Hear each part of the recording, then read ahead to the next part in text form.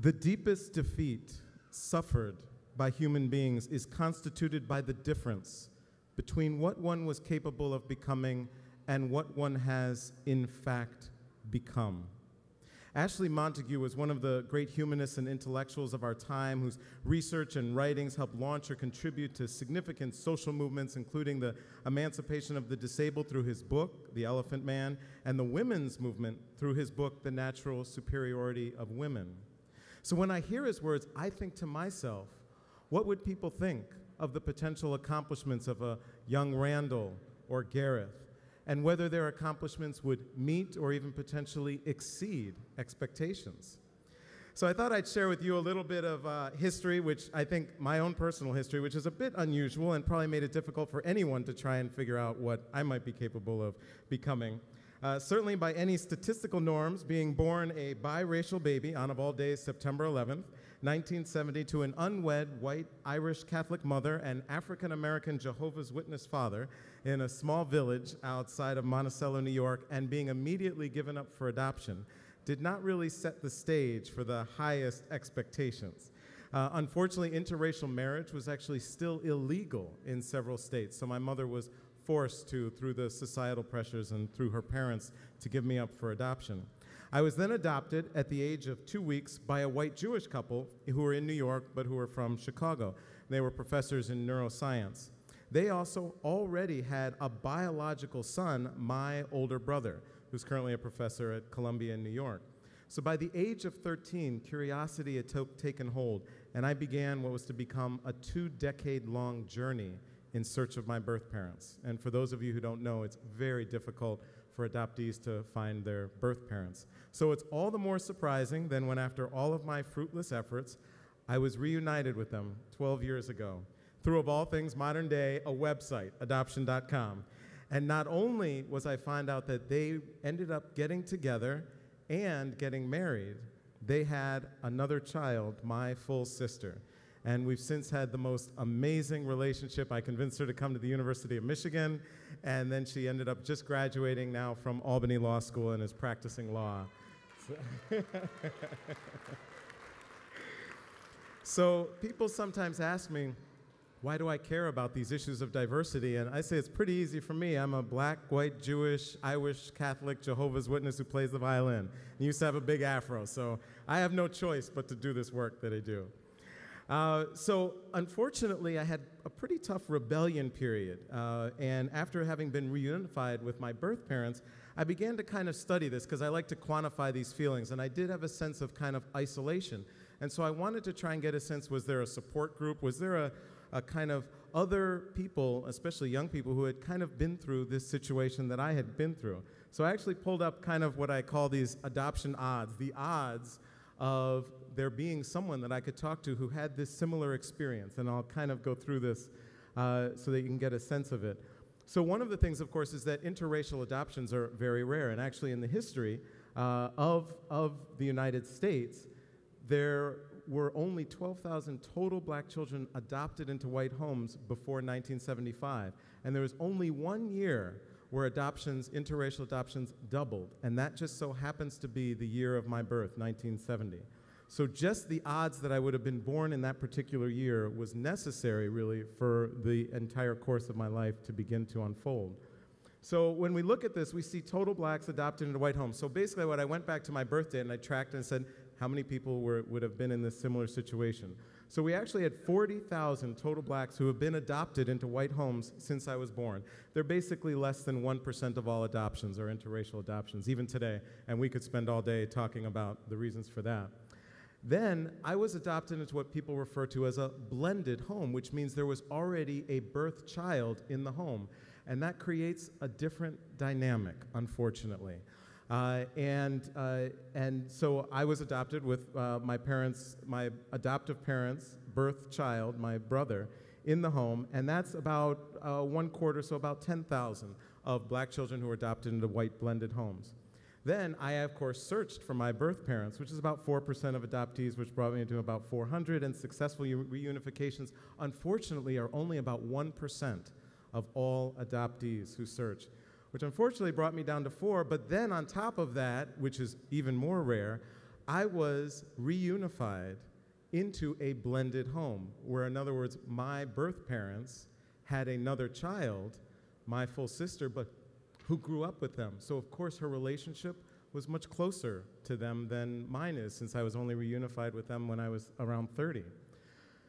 So with that being 25%, unfortunately, that left me pretty much as I was feeling to begin with. So instead of all that, I decided, well, I'll just write about it. So I wrote my memoir and titled it kind of the story of these experiences that I had. But one of the things that I found when I would go around and talk with various people and various audiences is that so many people would resonate with the idea that whatever they've been through in their life, they express through their art, and especially through music. And when you're a young person and you feel frustrated and you feel like somehow people can't hear you, being able to communicate with someone through an art form, and for me, through my violin, enabled me to grow and to connect with people that otherwise I think would have left me feeling far, far more alienated and potentially not able to really grow in a way to connect with people that I have throughout my entire life. So when I was 5 years old, my mother, my adoptive mother, who was an amateur violinist, kind of became motivated to play her instrument again because of these amazing Nathan Milstein recordings. And through that, I really became inspired to play and began to play a lot myself. And I was very lucky to have great teaching early on. My first teacher was Vladimir Grafman, who was one of the great Russian teachers who came over and taught the likes of Joseph Gingold, who taught Joshua Bell and many of our other great soloists. So also, I remember sitting in Carnegie Hall when I was 8 years old, listening to Isaac Stern perform, and the impact that experience had on me, and this sense of awe that it gave me about music that has stayed with me all these years. But I don't recall ever seeing Sanford Allen around the same time. And who, you might ask, is Sanford Allen? Well, in 1961, this young man sat on the stage of Carnegie Hall as not only the first black member of the New York Philharmonic in the orchestra's history, but as the first full-time African-American member of a major American orchestra.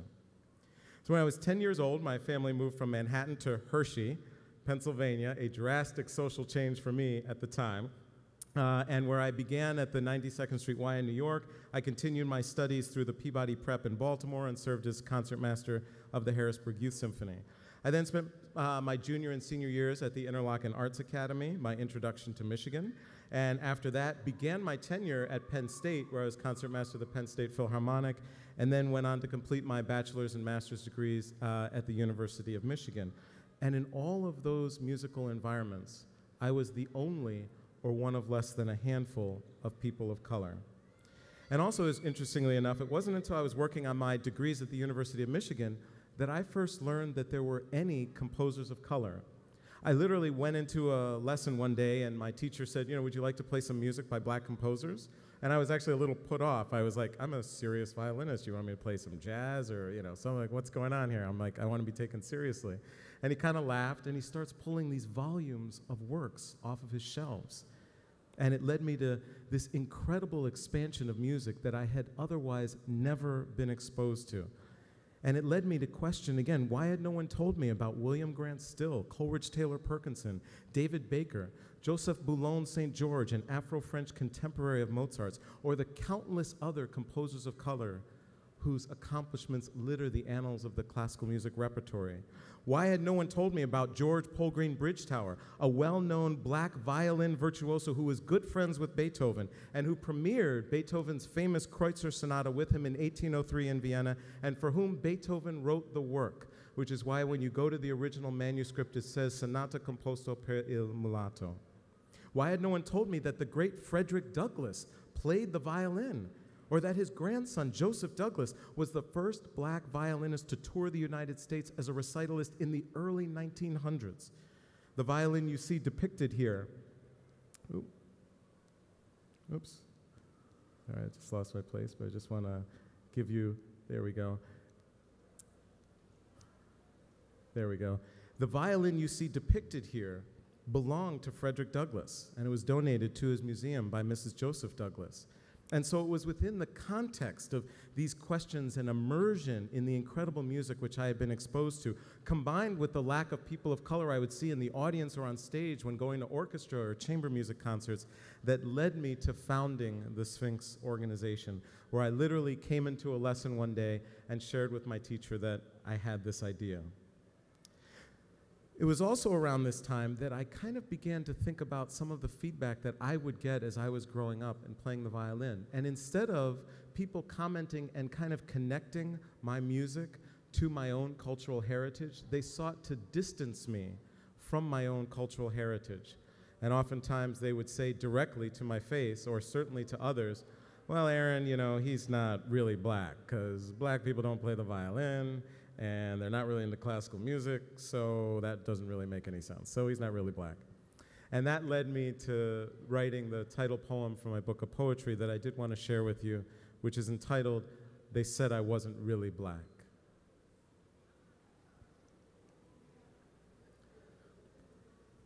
Born from white and brown young skins, I was so different from the pack. Adopted by Caucasians at just 2 weeks of age, they couldn't have known about the other people. They said I wasn't really black. A violinist I was destined for. Early on, I showed them the knack. It was Mozart for me and Beethoven too. I never got to memorize Jackson 5 lyrics, so they said I wasn't really black. School bells and cafeteria food, I sat there with my brown lunch sack. There was no fried chicken in my Ziploc bag, no confrontation between watermelon and black-eyed peas. They said I wasn't really black. I'd stroll into the rehearsal room wishing I was the Daddy Mac. I didn't even go to the games, let alone sport the jersey. Hell, I wasn't even in the band, and I wonder why they said I wasn't really black. I didn't talk the talk and couldn't walk the walk. Familial precedent I did lack. At first it seemed correct by design. It took me years till I was uncomfortable when they said I wasn't really black. There were those who made me feel different and a few who I thought had my back. I could have taken all the racial slurs if only it wasn't my friends around when they said I wasn't really black. All I sought was acceptance. Any click shell I could not crack. They feared the anomaly. Too bad for me that I got good grades. Couldn't play spades because they said I wasn't really black. And then it settled down on me, waiting unease upon my back. Like the line and rhyme of these words I write, I had only just begun to fight when they said I wasn't really black. The first African queen I was to know drew me in like the sweet lilac. She shut those doors, supposedly wanted more, but I knew the reason behind because they said I wasn't really black. For a time I had an afro. It should have got me on the track. Foolish me to think they'd see what I wanted to be.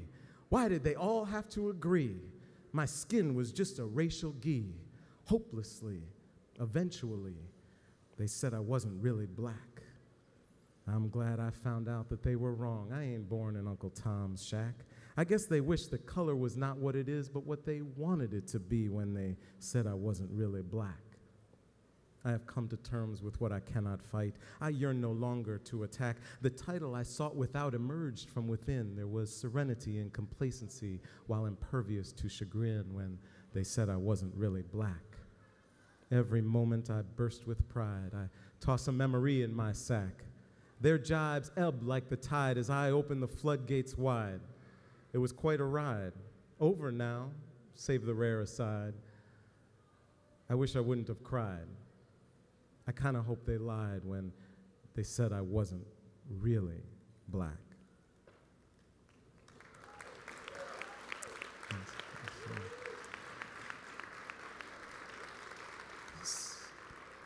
So if today I'm going to be able to kind of share this work that we do at Sphinx, and as you listen to Gareth perform, have a sense of the context in which his musical development has taken place, then I think it's important to understand, where are we as a field? Is there diversity in classical music in the United States? What is the distance we need to travel? Why is there a necessity for organizations like the Sphinx Organization? And I'm just going to take you kind of quickly through a few slides because I really just want to paint a picture for you. And when we look at American orchestras, as one would expect, there's very little diversity. It's actually around 2% black, 2% Latino. So there's pretty dramatic underrepresentation, but we should look at it in terms of the context of the overall population, where we see dramatic underrepresentation, about 13% to 2%, 15, 16% to 2%. Well, when people hear about diversity, they say, well, you focus on blacks and Latinos. Why not also Asian Americans when you're looking at diversity in classical music? And that's because our focus and my intent behind Sphinx was to not, if you will, build an affirmative action mechanism, but rather to build diversity in this art form that I have felt so passionately about my entire life. And as a result, our goal is to focus on what are the underrepresented groups and to focus there. And so when we look at Asian Americans, they're actually overrepresented in American orchestras, and so that's why our focus is with blacks and Latinos. But you know, who's playing in the orchestra on stage isn't the only snapshot of an orchestra that can give us a sense of the field and how orchestras and how classical music relates to its community. We can look at the conductors. Similar statistics, obviously a lot of underrepresentation. We can look at executive directors, where less than 0.5% are black and less than 1% are Latino. We can look at artistic administrators. Outside of the conductor on stage, this is the key artistic position in orchestra. Across America's 1,200 orchestras, statistically 0% are black or Latino. Even if we look at education and outreach directors, this is the person charged with connecting the orchestra to its community, to church, faith-based institutions, to its schools. Even there, blacks are about 3% and Hispanics only about 2% as well. Programming, what are we playing? No big surprise, top 10 composers, 0% blacks or Latinos, but also we actually perform very few North American composers. So I thought, let's just pull out only the North American composers who are performed. Even if we look in that subset, 0% are black or Latino. So if the Sphinx Organization were to have as a programming milestone for ourselves that 1% of the works by America's orchestras be those by composers of color, we have yet to reach that milestone. Audiences, again, very similar. You can see that blacks represent about 4%, Hispanics 6%. So there is an underrepresentation, although the minority and people of color representation in the audience is greater than it is on stage. But we are projecting a total loss of about 3 million or 14% of our current audiences for classical music over the next 10 years. And of course, the majority of those losses will be amongst whites. However, and this is the League of American Orchestra's own study, over the next 10 years, there will be a growth of new audiences for classical music.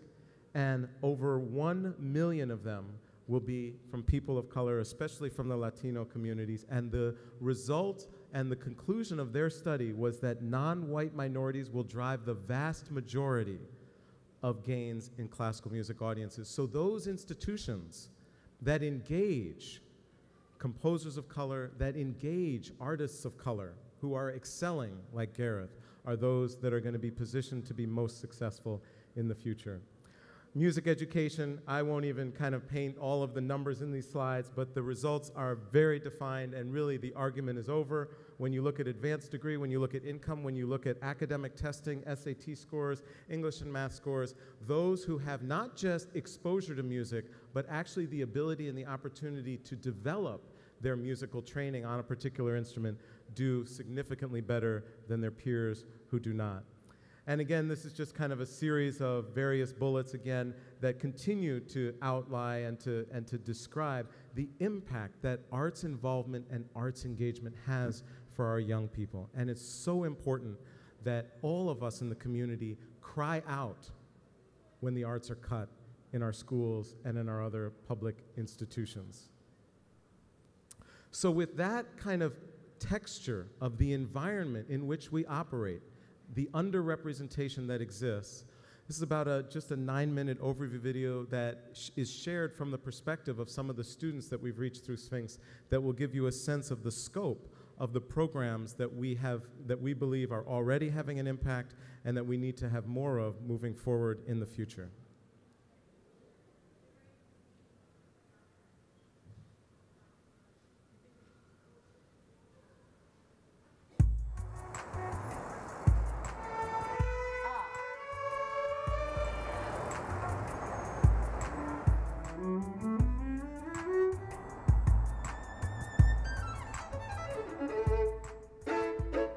I may be only 15 years old, but already the Sphinx Organization has changed my life. I'm I'm Randall Gooseby, and I was fortunate to be the 2010 Junior Division First Place Laureate of the annual Sphinx competition. The violin isn't a hobby for me, it's my passion. Today I'm lucky to be growing up in a world where there is growing diversity in classical music. But it wasn't always that way, and there's still a long way to go. In literally all of the musical environments that I found myself in, from starting the violin at the age of 5, all the way up through working on my degrees at the University of Michigan, I was the only minority, or maybe one of less than a handful. In addition, anytime I'd go to an orchestra concert, I'd look on stage, I'd look around me in the audience, and wonder, why is there no one who looks like me? That all began to change when Aaron created the Sphinx Organization in 1997. At that time, only about 1.5% of orchestras were Black or Latino. Today, thanks to Sphinx, that number has more than doubled.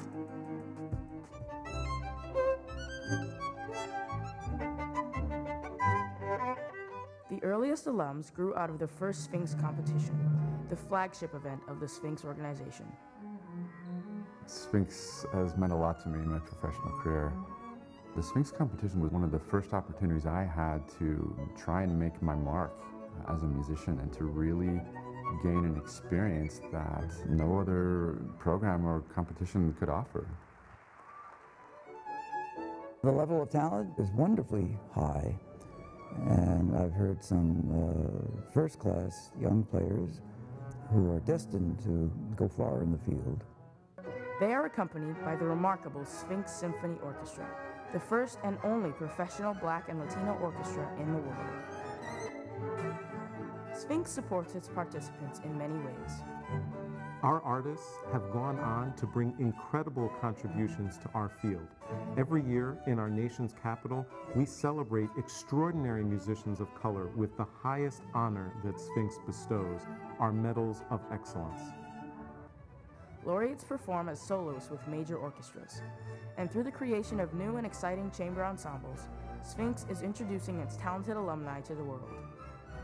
We've been to London, and recently we were in South Africa, and we have a tour coming up all over the United States, so it's been really great. And let your ear be your guide. I think the Sphinx Organization is so incredibly important.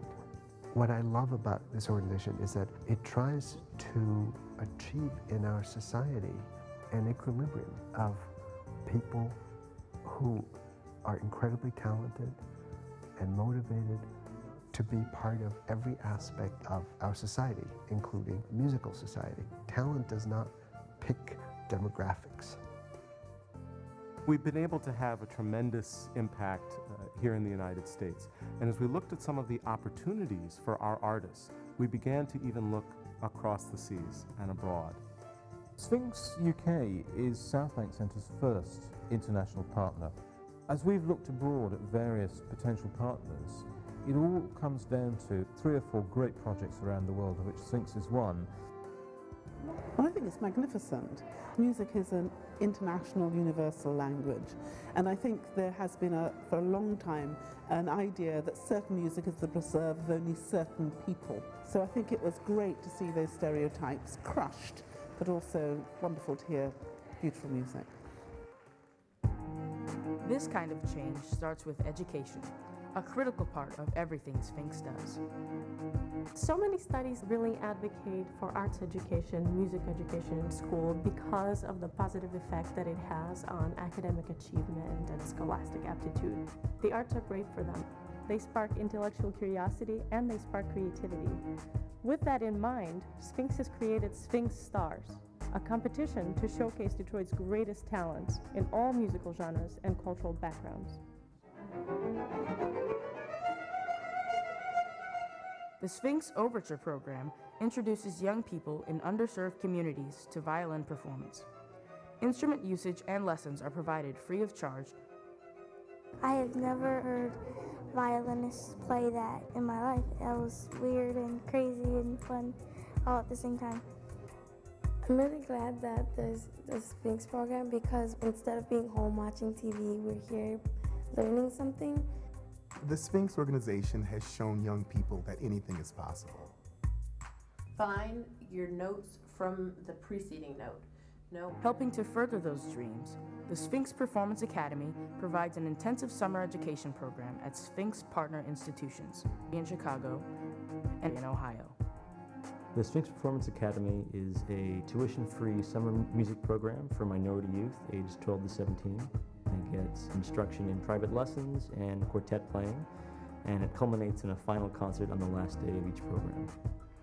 Sphinx is providing a lot of support because at home I don't have private lessons since private lessons are very expensive, and this gives me an opportunity to have one-on-one with people who actually do this every day. I think Sphinx is just a great program. It's really great to see so many people actually getting these opportunities. There are students here who have never known a world without Sphinx. I think Sphinx is definitely changing the world. For classical music to really be relevant to the communities, it really needs to represent the community. It needs to be enriched by the voices from that community. Sphinx is more than just an organization promoting minorities in classical music. It's a movement, one being recognized by media outlets around the world. From the halls of the White House, where Sphinx founder Aaron Dworkin recently became President Barack Obama's appointee to the National Council on the Arts, to Sphinx Laureate performances and partnerships abroad, the Sphinx Organization is being noticed. In our first 15 years, we've been able to literally transform the lives of tens of thousands. And now Sphinx Con is bringing together global leaders from across the performing arts sector and beyond as we empower ideas for diversity in the arts. But there is tremendous work that still needs to be done. I'm just in awe of what Sphinx has accomplished, but even more excited about its future. I want to tell Sphinx thank you so much for giving me all the support and letting me know that I'm not the only person who looks like me and who loves music as much as I do. What do I think is important about the Sphinx competition? That it exists. That's what's important. That it exists, that it is a wonderful and noble idea, and that should be encouraged. I am Sphinx. I am Sphinx. I am Sphinx. I am Sphinx. I am Sphinx. I am Sphinx. I am Sphinx. I am Sphinx.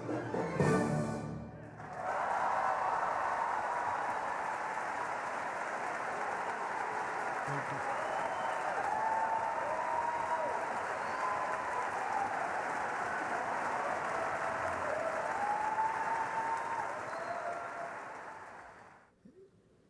So one of the things as we get ready to bring Gareth up, and I'm going to just ask him a few questions about his music before he performs, and just want to share with you that this work that we do at the Sphinx Organization, these issues surrounding diversity in classical music, are far beyond what any staff person at Sphinx or any one organization can do. And it's only through the combined efforts of all of us, and especially our communities, to be able to have the arts truly reflect who we are as a nation. And I thought that especially on this day as we think about the legacy of Rosa Parks, one of the quotes that she is credited with that has really always resonated with me is that she said, "I believe we are here on the planet Earth to live, grow up, and do what we can to make this world a better place for all people to enjoy freedom." And I think that part of that is that the call to action for any cause and to really bring about impact in a community and in a nation comes about through the involvement of many people and not just a few people. And I would ask all of you to think about and do what you can moving forward to help have the arts better reflect who we are as a society. So with that, I would love to invite Gareth to come and join me up here on stage, and we can find out a little more about this amazing young man and his music. Thank you, thank you. So first question, how did you get started playing the violin? Tell us a little about that. Well, I was 10 years old, and I actually went to a St. Louis Symphony concert The soloist that evening was Itzhak Perlman. Some of you may have heard of Itzhak Perlman, one of the greatest violinists in the world today. And I reached over to my dad and I was like, Dad, I can do that. He was like, quiet boy, I don't think you know what you're talking about. Just sit back and listen to this. Listen to what's going on here. I said, okay. So I just saved up my own money, $80, went to a pawn shop and got a violin.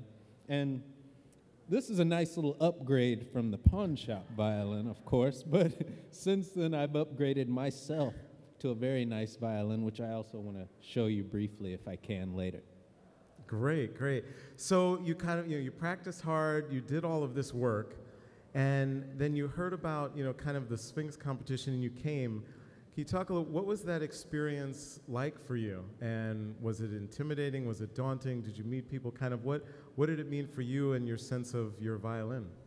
I saw an advertisement for the Sphinx competition in the St. Louis Symphony Music School, because I'm originally from St. Louis, and it looked so prestigious. I believe I was 14 years old, and I thought, I'll never be able to do anything like that, but that looks cool. It's for African American and Latino Americans. Then my friend Patrice told me, hey, you should try it. Patrice Jackson, also a winner of the Sphinx competition. And I said, hey, I'll give it a try. So whenever I got in, I was just thrilled, so surprised. But I didn't realize that it was a life-changing experience for me. It was going to be life-changing. The network that was created was just amazing. All of my friends, I have friends for life that come from the Sphinx competition. So that really got me started in my career. And actually, to be honest with you, I'm the distinguished lecturer and artist in residence at Albany State University because of the Sphinx competition. Yeah, I don't think you even knew that because I won. It's because of his talents. Be sure of that. And in addition to that, Gareth has gone on. He has soloed with literally just dozens of orchestras around the country. He has performed recitals, just done unbelievable work. And is there, as you think about all the performances you've had, is there one that kind of stands out as the one that was most poignant or somehow meant the most to you? It'd have to be the solo at Carnegie Hall, of course, because that's sort of every musician's dream in a way. And I remember being so nervous, I didn't know what to do, but I'll never forget that evening. Some great musicians were also there, Rachel Barton Pine, musicians that I looked up to. They'd come to hear the Sphinx musicians. That's when I realized, we're the top-level musicians. We're right here with anybody else. And that really made that clear for me.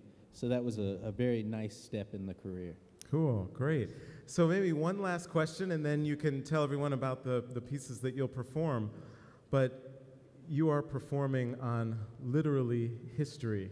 Yes. And it's amazing, and our wonderful partnership with Henry Ford, and Gareth had the opportunity to be able to perform on an instrument that literally 99.99999% of violinists will never be able to experience. But can you speak a little about the instrument itself and also what this experience means to you in terms of being able to share your art through such an instrument? Absolutely. For me, I have a really special connection with this instrument. I mean, of course, any violinist would say that, right? But I really do, because my violin is a copy of this violin. My violin was made in 1840 by the best French maker in violin making history. His name's Jean-Baptiste Villon. And in the year 1840, he owned the Siberian Stradivarius, which is this violin here. So I just feel that it's unbelievable, the story of these violins, how they're passed through the years, whose hands they could end up in. So that's a very special aspect of this violin to me. I mean, if you can imagine, what are the chances, But also, just the first time I ever played it, it really connected with me, being that all the measurements are the same. And it was a different sound that came out of this violin. It's almost like a personality. And then I realized, that's why the violin has a name. It's the Siberian Stradivarius, because it's almost like a person, and the greater violins, they do have names. So just truly an honor and a privilege to get to play on the Siberian Strad. And I just want to thank the Henry Ford collection and the museum again for this opportunity. This is my second time performing on the instrument. I played on it last April with the Ypsilanti Symphony, and I played the Tchaikovsky Violin Concerto with that orchestra, and that was an amazing performance to get to do as well. And I just really appreciate them opening this opportunity up to me often, and it's really a treat. Thank you. Great. Well, ladies and gentlemen, Gareth, it is an honor for us to be able to work with you and be a part of your success and your talent. Ladies and gentlemen, Gareth Johnson. Thank you. Thank you.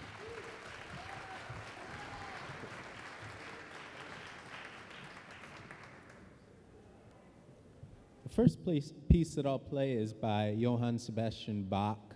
I'm just going to play an excerpt from his Chaconne. It's the arpeggiated section. I think it's a very musical, very almost sort of romantic piece. I choose to interpret it a slightly different way than most people interpret their Bach. It's not a pretentious piece, and it's very relaxing. Then next I'll go into a piece which I wrote myself. It's a show piece which I was inspired to write my piece by the final piece that I'll play, which was by Gian Corigliano, the composer of the movie The Red Violin. The reason I want to play The Red Violin, if anyone's ever seen the movie, it came out in 1998, I believe, and it's about a very special violin, just like this one, that was passed down through the ages, and it just ended up in the best violinist's hands, and this movie has a special meaning to me because the composer actually sent me the music shortly after winning the first Sphinx competition that I won in 2002, the junior division. So I hope you enjoy it.